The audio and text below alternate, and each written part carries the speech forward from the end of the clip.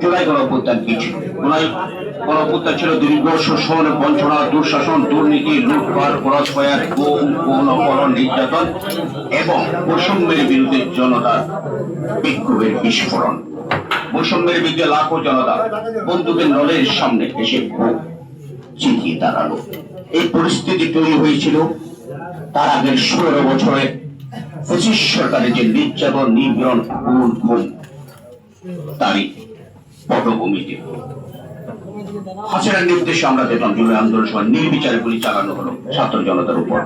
School, college, বিশ্ববিদ্যালয়ের ছাত্রদের সারি সারি লাশ পড়ে থাকলো ঢাকার রাজপথে। ঢাকার ডিজিটাল কালো রাস্তা শিশুদের রক্তে লাল লাল হয়ে গেল।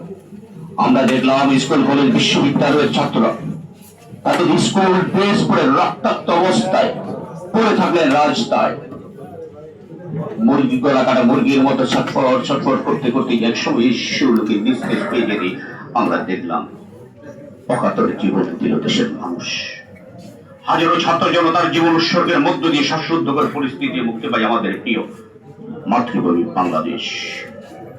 বিগত 16 বছর শেখ হাসিনার শাসন আমলে সোনার বাংলা পরিণত হয়েছিল মৃত্যু উপত্যকায়।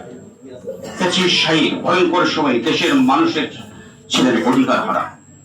দেশে গণতন্ত্র ছিল না, মানবাধিকার ছিল না, আইনের শাসন ছিল না, ভোটাধিকার ছিল না, বাক স্বাধীনতা ছিল না, গণমাধ্যমের স্বাধীনতা ছিল না। ন্যায় বিচারের ব্যাংক হয়ে পড়েছিল দেউলিয়া, মানবতার কোষাগার হয়ে পড়েছিল শূন্য। ছিল না স্বাভাবিক মৃত্যুর ক্রান্তি। সাংবাদিক, পেশাজীবী, বুদ্ধিজীবীরা রেহাই পান শেখ হাসিনার নিষ্ঠুর শাসন থেকে। সাংবাদিক দম্পতি সাগর রুনি 21 পদকপ্রাপ্ত সাংবাদিক আফতাব আহমেদ, সাংবাদিক ফরহাদ খান দম্পতি, অ্যাডভোকেট AU আহমেদ, ব্যাংকার BM বাকের হোসেন সহ অসংখ্য পেশাজীবীকে হত্যা করা হয়েছিল। শেখ হাসিনার 16 বছরের জীবন দিতে হয়েছিল 68 জন সাংবাদিককে। শুধু জুলাই বিপ্লবের সময় জীবন দিতে হয়েছে 6 জন সাংবাদিককে। এক শহীদের মা, শহীদ প্রিয়ের মা আমাদের এখানে আজকে মঞ্চে উপস্থিত আছেন। পিলখানা হত্যাযজ্ঞ চালিয়ে 17 জন দেশপ্রেমীকে হত্যা করা হয়েছিল। শাপলা চত্বরে ক্রসফায়ারে অসংখ্য আলেমকে হত্যা করেছিল। গুম ছিল নিত্যদিনের ঘটনা। ভিন্ন মতের লোকদের ধরে নিয়ে টুকরো টুকরো করে কেটে নদীতে ফেলে দেওয়া হতো। নিশ্চয়ই নারায়ণগঞ্জের ঘটনা আপনাদের খেয়াল আছে। চিকিৎসক, প্রকৌশলী, আইনজীবী, কৃষিবিদ, শিক্ষক, ব্যাংকার থেকে শুরু করে সাংস্কৃতিক কর্মী কেউ রেহাই পায়নি শেখ হাসিনার নিষ্ঠুরতা থেকে। সাবেক প্রধানমন্ত্রী দেশনেত্রী বেগম খালেদা জিয়াকে একেবারে ক্যান্টনমেন্টে বাড়ি থেকে বের করে দেওয়া হয়। মিথ্যা মামলা দিয়ে কারাগারে আটকে রাখা হয় বছরের পর বছর। কারাগারে গুরুতর অসুস্থ হয়ে পড়ার পর দেশের সবচেয়ে জননন্দিত নেত্রী 3 বারের প্রধানমন্ত্রী চিকিৎসা না দিয়ে মৃত্যুর দিকে ঠেলে দেয়। প্রধানমন্ত্রী, আজকের প্রধানমন্ত্রী তারেক রহমান এবং তার ছোট ভাই শহীদ প্রেসিডেন্ট জিয়াউর রহমানের ছোট ছেলে আরাফাত রহমান কুকুর উপর অমানসিক নির্যাতন মধ্যযুগীয় বর্বরতাকে হার মানায়। বিএনপি মহাসচিব ভাস্কর প্রধানমন্ত্রী মার্জিদের রাজনীতি ফখরুল আলমগীর বারবার হাসিনার বন্দিশালায় রুদ্ধ রাখা হয়। বিএনপি নেতা কর্মীদের বিরুদ্ধে 1,42,983 মিথ্যা মামলা হয়রানিমূলক মামলা দেওয়া হয়। একইভাবে জামায়াতে ইসলামী সহ অন্যান্য বিরোধী রাজনৈতিক দলের নেতা কর্মীদের উপর চালানো হয় নিষ্ঠুর নির্যাতন। চাকরি, পদোন্নতি সবকিছু তো দলীয় বিবেচনায়। ভিন্ন মতের কর্মকর্তা কর্মচারীদের শাস্তিমূলক পদোন্নতি, চাকরি ছিল নিত্যদিনের ঘটনা। টকশোতে কে যাবে কে যাবে না সেটাও ঠিক করে দেওয়া হতো ক্যান্টনমেন্ট থেকে। ভোটাধিকার, ভিন্ন মত, বিনা পয়সার মানুষতা, গুম, খুন, ক্রসফায়ার, নির্যাতন, নিপীড়ন, গাইবি মামলা, দুর্নীতি, লুটপাট, বিদেশি অর্থ পাচার, সিন্ডিকেটের মাধ্যমে নিত্য করে অস্বাভাবিক মূল্যবৃদ্ধি, ব্যাংকের বল্টের সোনা জালিয়াতি, মুক্তিযোদ্ধাদের কেস্টের সোনা চুরি, বিমানবন্দরের বল থেকে সোনা চুরি, শেয়ার কেলেঙ্কারি, ব্যাংক লুট, শোষণ, বঞ্চনা এমন ভাবে বেড়েছে যে দেশ মনুষ্য বসবাসে অযোগ্য হয়ে পড়ে। দুর্নীতি এমন পর্যায়ে গিয়ে বুঝেছিল যে ফরিদপুর মেডিকেল কলেজ হাসপাতালের একটি ICU ইউনিটের পদ্মার দাম 37,50,000 টাকা দেখানো হয়েছিল। এমনি পরিস্থিতিতে বিরোধী দলের রাজনৈতিক জোটের পক্ষে বিএনপির ভারপ্রাপ্ত চেয়ারম্যান তারেক রহমান এক দফা ডাক দেন। এরই মধ্যে বৈষম্যের বিরুদ্ধে ছাত্ররা তীব্র আন্দোলন গড়ে তোলে। ছাত্রদের পক্ষে এসে দাঁড়ায় পেশাজীবী জনতা। রাজপথে নেমে আসে অভিভাবক ও রাজনৈতিক কর্মীরাও। হাসিনার নির্দেশে তাদের উপর গুলি চালানোর নির্দেশ হলো। পুলিশ, র্যাব, বিজিবি নির্বিচারে গুলি চালানো ছাত্রদের বুকে সারি সারি লাশ পড়ে থাকলো রাস্তায়।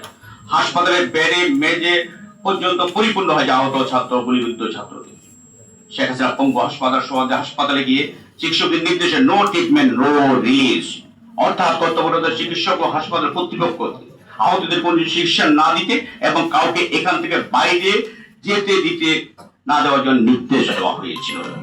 বিনা বিচারে আমরা দেখেছি, বিনা চিকিৎসা আমরা দেখেছি অনেক ছাত্রের মৃত্যুবরণ করতে।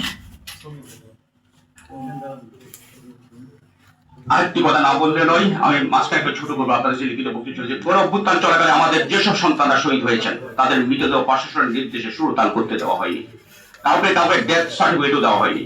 এমনকি গুলিবিদ্ধ অবস্থায় হাসপাতালে যাওয়ার পর যারা সেখানে শহীদ হয়েছেন তাদের ডেথ সার্টিফিকেট গুলিতে মারা গেছে এই কথাটি লিখে দেওয়া হয়নি। শ্বাস কষ্ট কিংবা জ্বরে মারা গেছে এই ধরনের কথা লিখতে বাধ্য করা হয়। আন্দোলনের শহীদদের লাশ দাফন করতে যাচ্ছে জানতে পারলে রাস্তায় পুলিশ তাদের পরিবারের উপর হামলা আক্রমণ করেছে। মানবতা বিরোধী অপরাধে মাথায় এতটাই ভয়াবহ ছিল যে দ্রুত শহীদদের লাশ দাফন করতে বাধ্য করা হয়েছিল। তারপরও ছাত্র থামেনি, তাদের উপর বিমান থেকে চালানো হয়েছে গুলি। একজন নয়, দুজন নয়, 1400 ছাত্রকে হত্যা করা হলো। দমানো গেল না ছাত্রদের। একজন মরলে 10 জন এসে জড়ো হতে লাগলো। তা সত্ত্বেও সিঙ্গল ভাঙ্গারি অভাবনীয় গণ অভ্যুত্থান দেখলো বাংলাদেশ। 1.5 যুগ ধরে এই নিপীড়িত মানুষের ক্ষোভের বারুদ বিস্ফোরিত হলে 24শে জুলাই আগস্টে পালিয়ে যেতে বাধ্য হয় ফ্যাসিস্ট হাসিনা। উল্লাসে ঢাকার রাজপথে নেমে আসে কোটি জনতা। এক সাগর রক্তের বিনিময় 1971 মানে মুক্তিযুদ্ধে বিজয় অর্জিত হয়েছিল। 53 বছর পর স্বাধীন ভূখণ্ডে দাঁড়িয়ে বুকে মাথায় লাল সবুজের গর্বিত পতাকা নিয়ে আরো এক বিজয় অর্জন করল তেজদীপ্ত তারুণ্য। তাদের অপরতে পাশে এসে দাঁড়ালো পেশাজীবী বিদ্রোহ, সাংবাদিক সহ স্বতঃস্ফূর্ত জনতার অকুণ্ঠ সমর্থন। জন্ম দিল এক উজ্জ্বল 24শে জনগণ, যার নাম দিল দ্বিতীয় বিজয়।